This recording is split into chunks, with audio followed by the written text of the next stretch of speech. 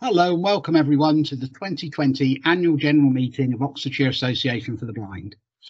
Some of you may know me. My name is Guy Lawful and I'm Chair of OAB Trustees. Thank you all for taking the time to attend today. I appreciate these are strange times. When Helen and I were discussing earlier in the year the subject of having a new format for the AGM, we never expected that it would be on the format that we have ended up with today. It has taken a great deal of work behind the scenes so that we can get this meeting running today, and I must extend my thanks to Mark Upton for facilitating the AGM. He has done a tremendous job to get us here, despite having no broadband at home for the past few days. Please do bear with us. It is possible that there may be some technical hitches along the way. We are all at home ourselves, but we will cope with whatever we can and deal with it then.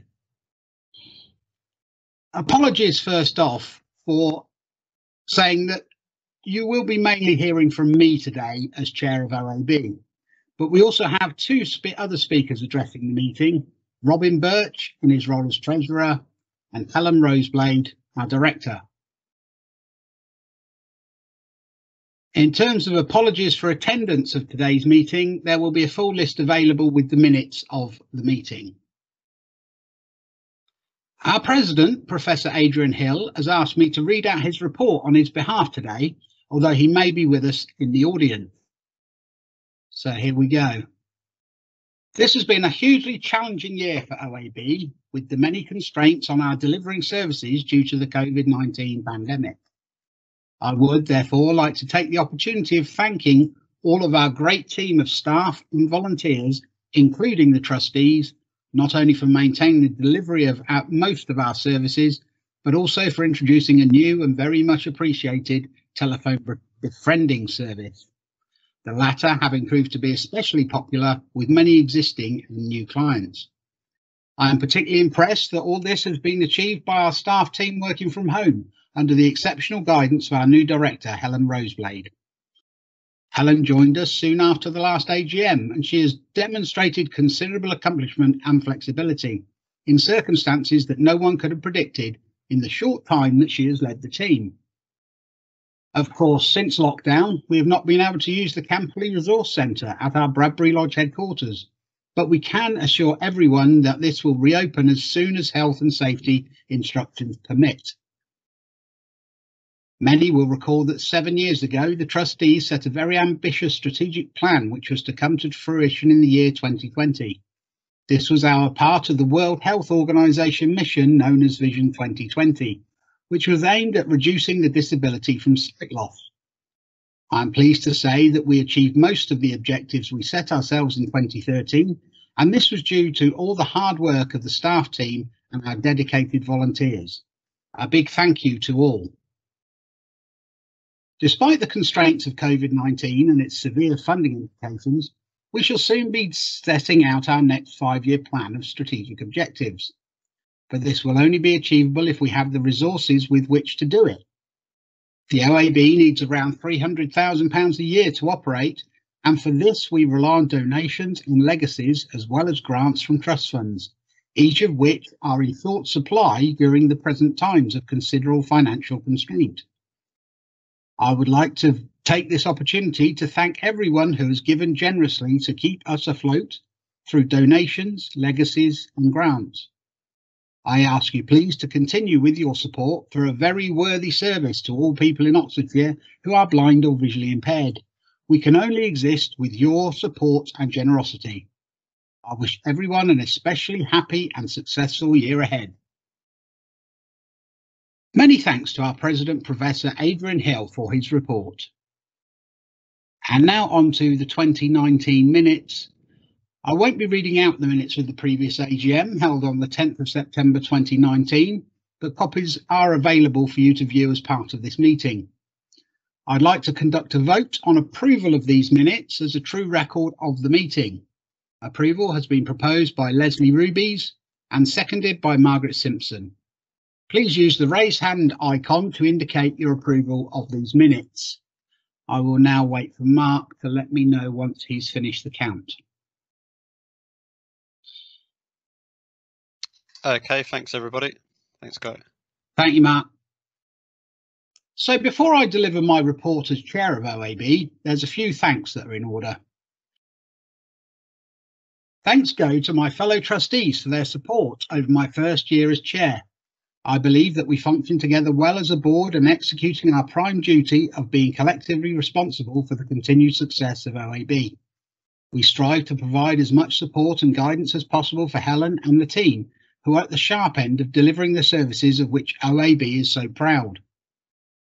I also want to give many thanks to Helen and the entire OAB team of staff and volunteers for their outstanding efforts, achievements and formidable resilience during these very unsettling times. It makes me very proud to lead an organisation that comprises such amazingly dedicated and capable people. Before going into detail, I want to show you one of a series of videos that we have been using to promote the work of OAB.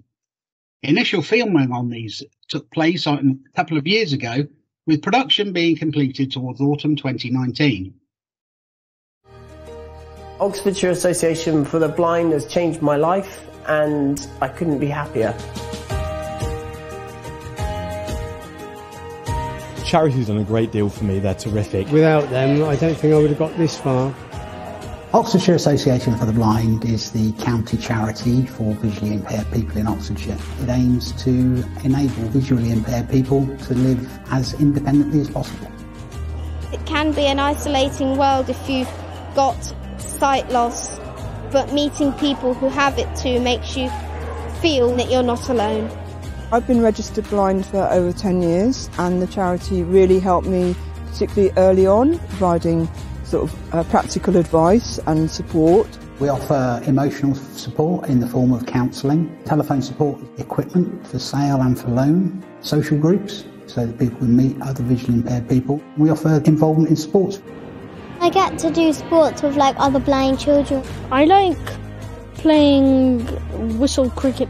It's given me independent. There's always someone there if you need to talk to somebody. I've really appreciated being able to join in and make friends. If I had not had the help from the charity, I would not have been able to continue working. The charity has helped me to own my disability and really get some more confidence, which is passed on to other areas of my life. You can have a great life after sight loss. You've just got to change things around a little bit and be ready to ask for some help when you need it. You can do a lot more than you think you can do, and you can be independent and take a full part in life generally.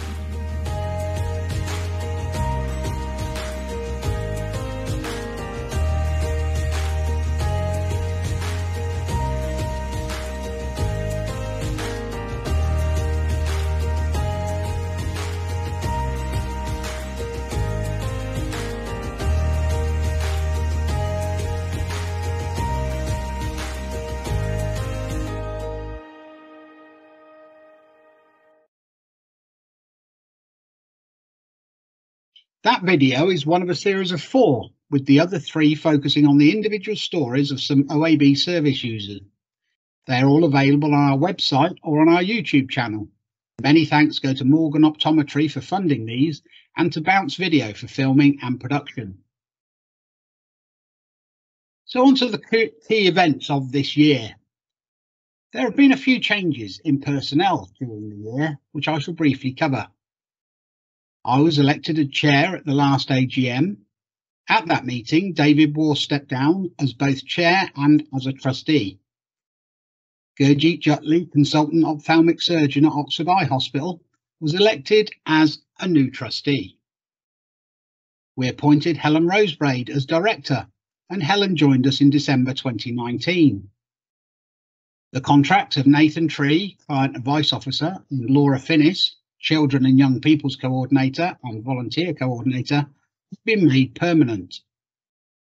We've also appointed Jill Loveday as a volunteer counsellor, as a start point for meeting a much needed gap in OAB services.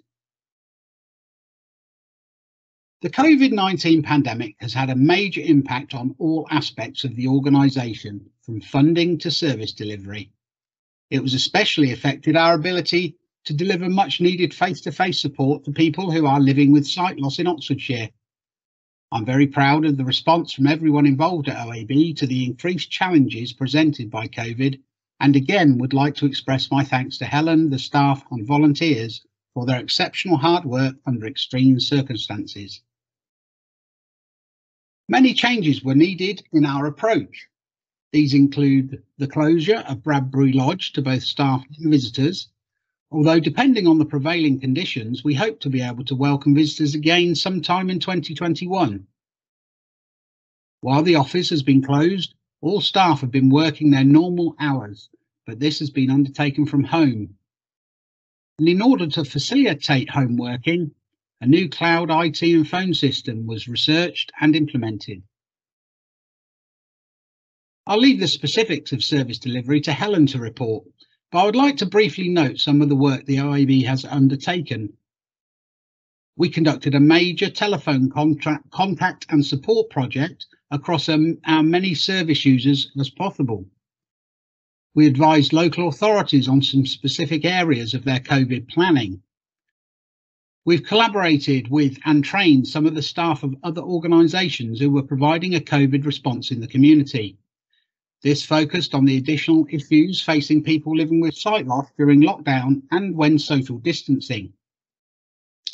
We have undertaken development of an ongoing telephone support project, which has been made possible by National Lottery funding.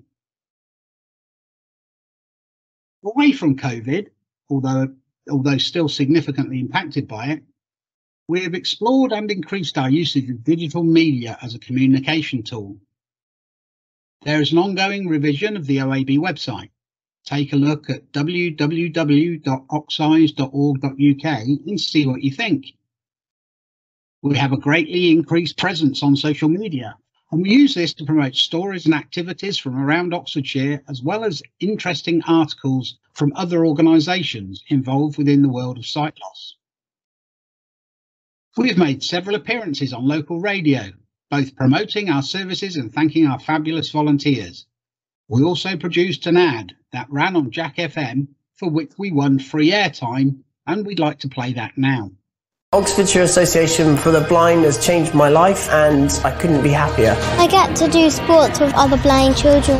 There's always someone there if you need to talk. Being able to join in and make friends. You can be independent and take a full part in life generally. Oxfordshire Association for the Blind offers tailored support to anyone living with sight loss. For information, advice or just to chat, call 01865 725595 or find out more about us at oxeyes.org.uk.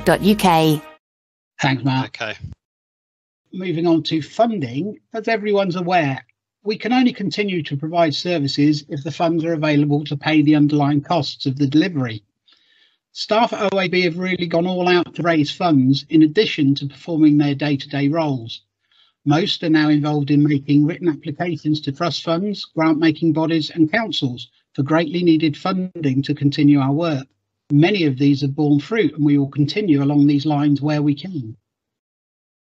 Since the last AGM, we have been fortunate to have received some very generous personal donations from supporters, some of which stretch into the thousands of pounds. And we are very grateful for all personal donations. And if anyone in the audience today has made a personal donation to OAB, my sincere thanks to you.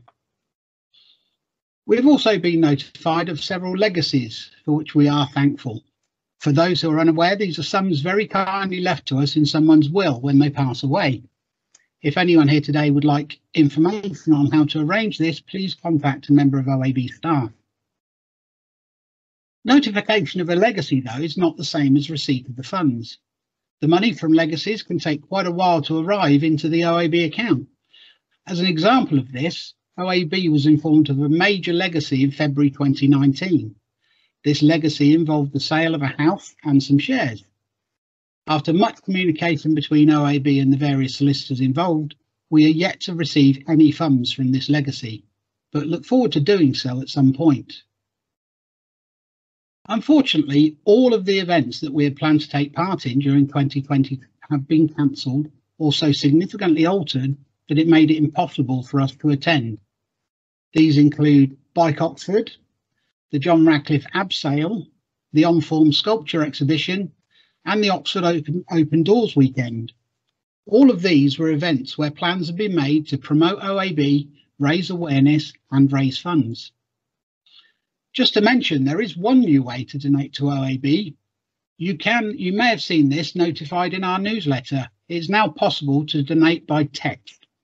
Anyone can simply text OAB to 70460 to donate £5. If you'd like more information on donating to OAB in whatever form, please speak to a member of OAB staff. Moving on to our plans for the upcoming year, again, I don't want to step on Holmes' toes, but I do briefly want to mention a few areas. Our main priority is the continuation of our high level of support for everyone living with sight loss, albeit currently delivered through remote activity. We firmly believe in increasing our community engagement across the entire county of Oxfordshire. And we are also looking to increase digital engagement, along with training people to enable them to take advantage of this. And finally, we're looking at a diversification and modernisation of our fundraising capability. Thank you very much for listening to me today. You've heard more than enough from me, so I shall now pass over to Robin Birch, our Treasurer, so he can deliver his financial report. Chair, distinguished guests and members of the meeting, it's my great pleasure to come back to you after a year, during which I thought at the beginning we might very well be at risk of foundering, because you may remember, if you were at last year's AGM, that it really was very difficult indeed, and the financial situation had deteriorated really rather badly. But things have looked up, and you will have seen, or you will see if you have a copy of the accounts, some useful material on this. Before I mention anything else, I will just draw your attention to what always first catches the eye, both of chairs and of treasurers, which is the independent examiner's statement on page 7, which in slightly complicated account speak gives us a clean bill of health. So we are in good order as an organisation financially. Now, the next thing to say is that already, Chair, you and others have mentioned the great difficulties we've been under, which of course have not been helped by the arrival of COVID. It's very much to the credit of the organisation that it's kept going continuously during the COVID lockdown, unlike some organisations I'm aware of. And the result is that we have managed to maintain our services to people in the county, and also continue our fundraising activities, which of course have been exceptionally necessary. Now you will see, if you turn to page 6 of the accounts, and then page 8, which I will cross-refer to in a moment, there has been a great improvement since last year, but we still have a long way to go. I do want to thank people, as has already been said, for the many individual acts of generosity and support, and also the various trusts and foundations which we have approached, which have also responded. The result has been that in the last year we made a small surplus on unrestricted funds of £5,439, having made a loss, a net deficit in the previous year on that heading of £117,878. Now, these figures have been achieved partly through increased income and partly through reduced expenditure. I hesitate to say that one of the things that helped was that we didn't have a director in post for 6 months. The rest of the organisation fought on manfully and functioned very well, but we didn't have anybody until December, from the time that Claire had left 6 months earlier. And you will see, if you turn to page 8, the difference between the year under report and the previous year. You'll see at the top line, donations and legacies amount to over £145,000 out of a total of funds of £210,000, whereas in the previous year, the unrestricted funds were £89,000. Restricted funds have continued, have improved as well, but it's not quite so notable. But for those who may not be aware of this, restricted funds are funds given to us for specific purposes of service delivery. But the unrestricted funds are what fund the operation of the organisation. So it's particularly important to keep those up. You will see, if you look further down the page, expenditure on raising funds, that means staff. And you'll see that the cost of this was considerably down on the previous year, which is the factor I mentioned, that we were short of staff, in particular of a director, for 6 months. That has now been put right. But it does mean that we've come out of the year in remarkably good order, with a net loss, but of £13,000 on all our funds for the year, as opposed to a loss of £123,000 in the year before. So we have pulled the ship off the rocks. At the last annual meeting, I reported that we had consulted an insolvency practitioner as to what we should do if the ship was in fact hove below the waterline. And his report to me basically said, it's not quite as bad as you think, and you're not quite at that dangerous position yet.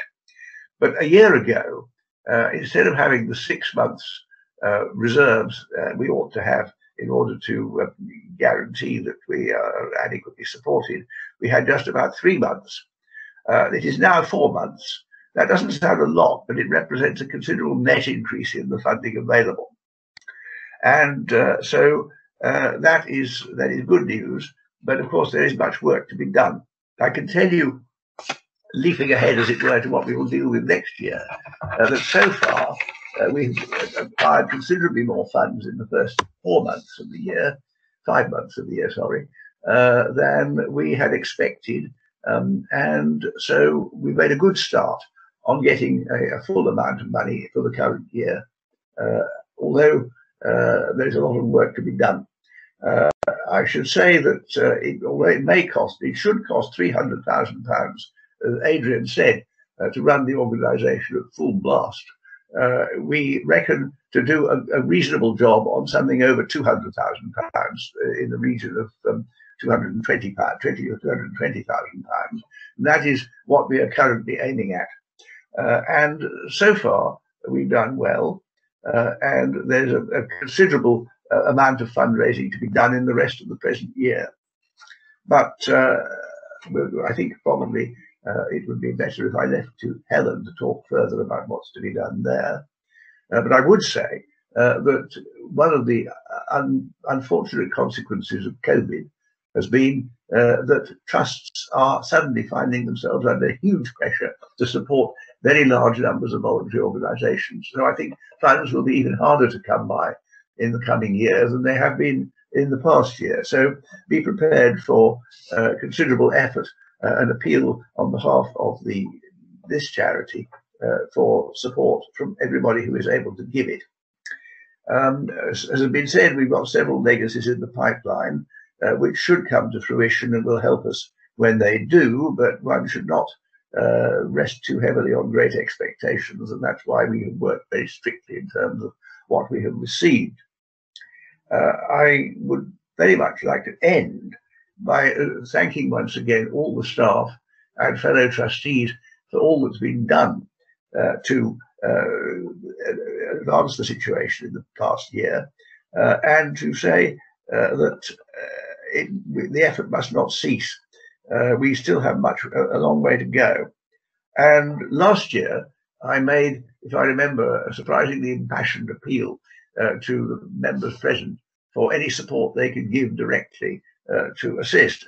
And a number of you did this, and it did help greatly that that was the case. I would like to venture to repeat that appeal and to say to members of the association, whatever they can give to support us in the next year will be extremely welcome and will help us to build the future of the association. So please help us if you can, and to the extent you can, and that will be much appreciated. Well, I think that brings me to the end of my report, Chair. I think the only thing I have to do is to invite the meeting to approve the reappointment of the independent examiner.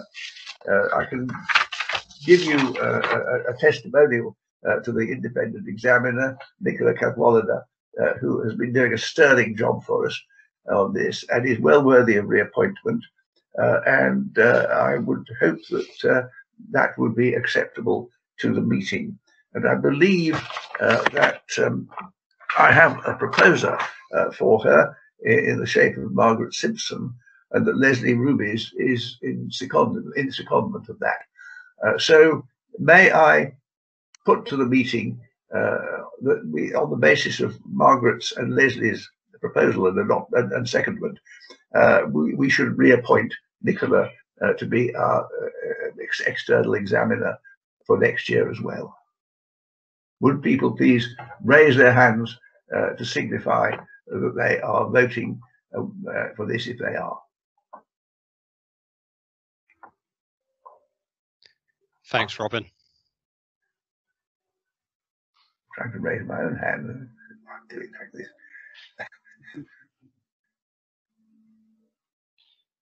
Okay, Mark, have you got that? Yeah, all good. Yeah. Thank you. Okay. Thank you very much for that report, Robin. We shall now pass over to Helen, our director, to give her report. Right. I shan't be able to look at you very well because I'm going to have to use the paper copy. Never mind. So this morning on the way to the office, I caught the beginning. In 431 BC, Pericles gave a funeral oration to his fellow Athenians, which has been celebrated as one of the finest speeches ever delivered. Within 2 years, he himself was dead from the plague. So I'm not going to try too hard to make a good speech this afternoon. This time last year, we all met at the North Oxfordshire Association, and I was in the audience, looking forward with enthusiasm to the challenge ahead. 12 months on and 9 months in post, I have no regrets at all about having joined OAB last December. I've immensely enjoyed the challenge. However, to say that things have not gone quite as I planned would be an understatement. First of all, I must pay tribute to the staff, trustees and volunteers who kept OAB running for the half year when there was no director in post at all, and who have been a team in the truest sense ever since I arrived. Without them all, you would not have a service. And I'd just like to give you the opportunity to thank them all now. You are muted, I hope, so just wave your hands to say thank you. Silent applause for all the staff, volunteers. Well done. That was big applause. Thank you, everybody. So, the first 3 months of my tenure were largely spent in planning, and the planning, of course, has not come to fruition, or not yet. But I would like to tell you about what has happened since COVID-19 struck in mid-March and our lives changed so dramatically. First of all, a decision was made that although we had to close the resource centre and offices, we would not furlough the staff. They would need to work from home, but we would find alternative ways of serving blind and partially sighted community in Oxfordshire. We needed to be flexible, responsive and proactive to do this, and I believe that we have been successful in this. Our priority was to make sure that all our members were safe and well, and offer them any help that we were able to provide. And we were able to do this by turning to a technology with which they were all familiar, the telephone. We could offer them a regular phone call to reduce their isolation, and we could put them in touch with other charities locally who were able to help with their practical needs. We set out to ring everyone, starting with those with whom we would normally be in frequent contact and those who would miss us the most, such as those who would have a home visitor or come to a club, and the children and their families who we support. And we moved on to contact everyone who receives the newsletter. And the phone calls were very well received. Most people were glad that we had called, even if they were already well supported. One described the voicemail that had been left for her as like a warm hug. About 10% of those we contacted were keen to have a regular follow-up call to help keep them company. And we were also able to help people to access food deliveries and even dog walkers. For this massive ring round, we have used the time and the skills of our frontline staff and our team of trained volunteers. And we've taken the opportunity to update our information as well. So now we have a much more accurate record of our members' contact details. The helpline, of course, was still in place, and our volunteer counsellor, Jill, moved smoothly to a telephone service. But so often people ringing the helpline would normally be invited to come and visit Bradbury Lodge and try out equipment. So gradually, we've begun to experiment with taking equipment to people at home, being very careful with a protocol of social distancing, hand sanitising, mask wearing and so on, simply leaving the equipment on their doorstep and then talking through its setup and use by telephone. And all the while we cannot open the resource centre, we shall continue to try to develop this service. The clubs were unable to meet in person, but we were able to set up group telephone calls so that they could all talk to one another at the same time, and that was a useful stopgap. But it is still a matter of concern that we are not in a position where the clubs can meet personally. My thanks go to all the club leaders who have made such an effort to continue supporting their members. I can even see today that Linda's brought a guest with her to her house to be at the meeting, which is so typical of how good our club leaders are at supporting their individuals. Thanks, Linda. The site advisory desk at the hospital also had to be paused, and I'm very conscious that this vital service needs to be reinstated as soon as possible. The newsletter continued as normal, and we felt it even more important to be able to communicate that way with those of our members who might be isolated at home. And there were also internal initiatives such as Mark's remarkable Assistance from a Distance campaign, in which he reached out to local individuals and organisations to help them understand how they could help people with a visual impairment to overcome the difficulties of moving around in the community under lockdown. If you're interested in that, you can find more about it on the website. But the question then was how to fund our work. A number of funding applications which were in process in March were halted by the funders, who were refocusing on COVID-19 emergency funding. But COVID-19 did provide a number of unexpected but welcome opportunities, and the most significant has been the National Lottery grant. To obtain that, we had to formalise the outreach work that we had started and set out how we were going to continue it over the period from August 2020 to February 2021.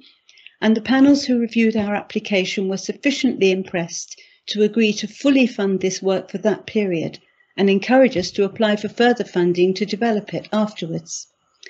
So, our financial situation is at present as good as we might have hoped for, although the future looks extremely challenging, as most of the trust funds to which we might have applied have redirected their resources to immediate emergency funding and will be depleted. So we are reinstating the fundraising subcommittee now to plan the best approach for the coming year. That's my first job after this meeting. Looking ahead, from a service point of view, we have two major objectives: to develop our services across the county and to increase our volunteer force. We had begun to make inroads into the first of these before lockdown, but they've necessarily had to be postponed. So we'd begun a regular library day at Henley once a month to serve the people in that area. And we'd planned a monthly coffee morning in Banbury, which Janet was going to start on the 1st of April. But you will do it one day, won't you, Janet? Yes. Our telephone outreach has enabled us to be in touch with more people in these areas, so we hope to take these projects forward and renew our lunch and coffee clubs in other areas as soon as it's safe to do so. But we do feel that we need to be cautious and err on the side of the safety of our members, our volunteers and our staff. We have been in touch with the Oxfordshire Community Foundation with a view to being better linked to the other charities in the county, and we see part of our role as educational, enabling other charities such as food distributors to be more aware of the particular needs of visually impaired people, both how they make them aware of their services and how they deliver them. I can't finish my report without referring again to the financial support we've received from individuals. During lockdown, I've visited the office only once a week, just to pick up the mail. Almost invariably, that mail has contained heartwarming letters of support and frequently generous gifts from individuals who believe in the importance of what we're doing. So thank you to all those individuals, however much or little you were able to contribute. Every penny and your thoughts are so much appreciated. Looking ahead, I have found, is a difficult thing to get right. Nevertheless, I do look forward to the coming year and to working with the staff, trustees and volunteers, and with you who are here today, who are clearly our most loyal supporters. Thank you very much. Thank you for that, Helen. I'll now like you, if you could, to take the chair for the election of trustees. Yes, indeed. So I take the chair at this point so that we don't ever reach a point where Guy is responsible for presiding over his own re-election, but that's not this year anyway. Our Board of Trustees consists of 8 members. Professor Adrian Hill, our President, Guy Lawful, our Chair, Robin Birch, the Treasurer, Edward Pilling, Vice Chair, Simon Cruden, Gurjit Jutli, Yvonne Rainey and Margaret Simpson. That was in alphabetical order, not in any order of importance, Margaret. It's a requirement that 3 of the trustees stand down each year and present themselves for re-election. On this occasion, 3 trustees standing down are Simon Cruden, Edward Pilling and Yvonne Rainey. But all 3 have agreed to stand for re-election and have been proposed and seconded by members of OAB. So it remains for this meeting to vote on their re-election.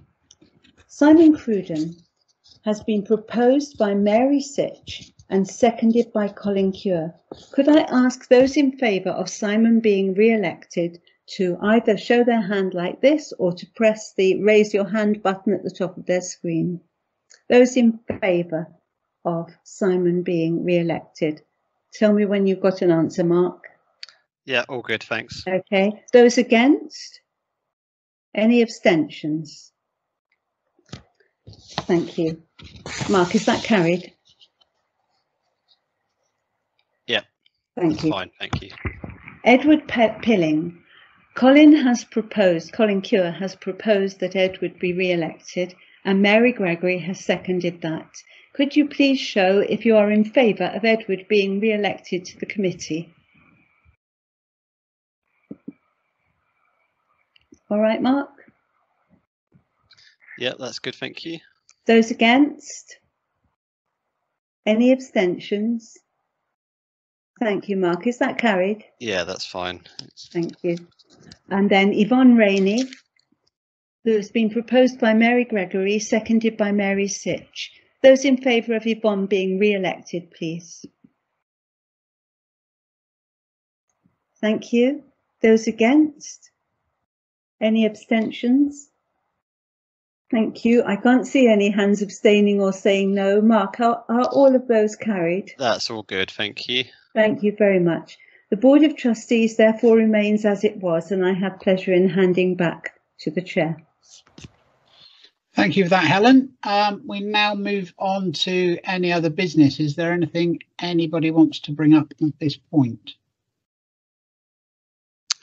I haven't got any comments in the comments field, so if people want to write anything in there, Okay. or people can unmute themselves if they dare to say anything, but we might, get a bit too much interference. So give it a go if you want to unmute yourself.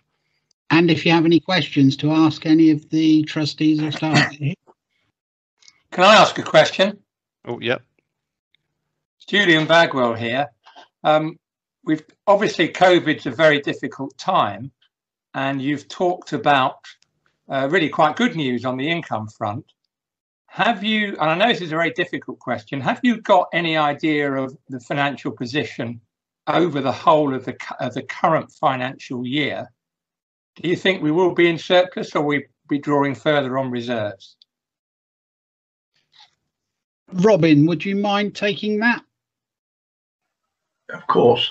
Yes, we have been taking a very close look at what may be needed for the rest of the present year.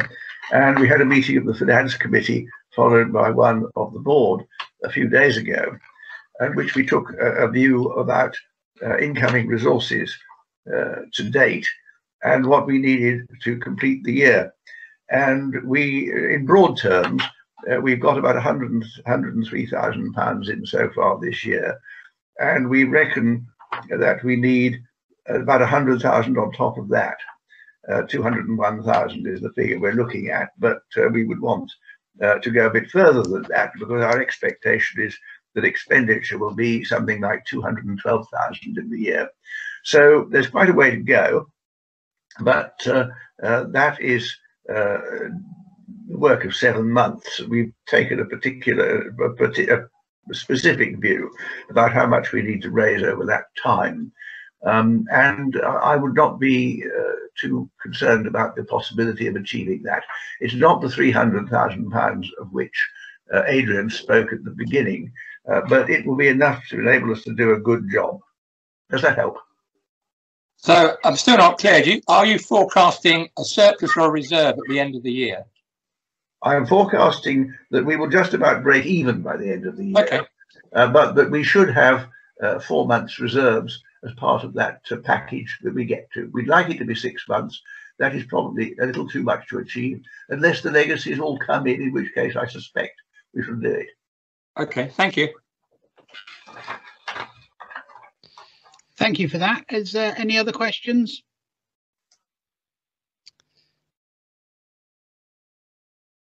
Mark, have you got anything that's been requested?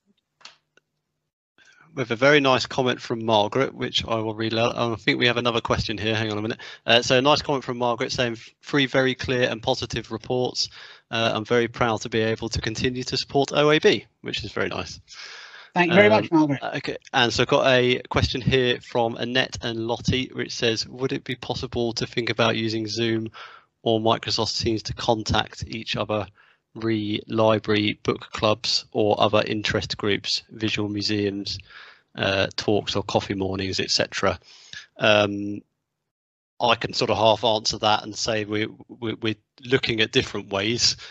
We've certainly got telephone groups that are meeting at the moment, some regular, some not so regular, but we are hoping to do a few more Zoom socials in different aspects.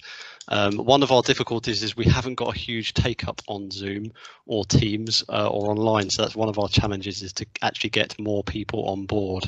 But yeah, definitely looking at it. I don't know about the museums, Guy. Do you? Could I add specifics about the museums? We are in discussion with Susan Griffiths from the Museums Outreach Service, and I think Lottie is aware of this. I think she's been involved in the conversations. They are looking to set something up. They don't know what form it's going to be taking, but now she is back from furlough, she will be looking into seeing what they can do in terms of running some of the tours virtually. And I understand that there is one already available for the Ashmolean, for specifically the Young Rembrandt exhibition, I believe.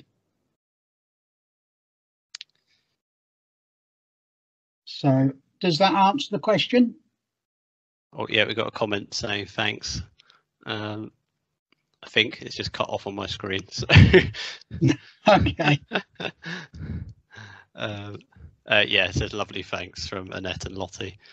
There are no other questions on the comments, but again, if anybody wants to unmute themselves and say anything, feel free. You can do, if you can find your unmute button. I know on the telephone it is, I think if you press hash and 5, I think you can unmute yourself. No. Hang on a minute. Sorry, there's things flying around on the screen here. A nice comment from Colin saying congratulations on all your hard work, everyone. Thank you, Colin. I think that's probably it, unless anybody else has any. Okay, well, I shall close the meeting there. Unfortunately, we are unable to offer you tea and cake this afternoon. You'll need to provide that in your own homes if you wish to continue with that. But as far as we're concerned, that is the end of today's meeting. So thank you very much for your attending and for your continued support of OAB. Thank you very much.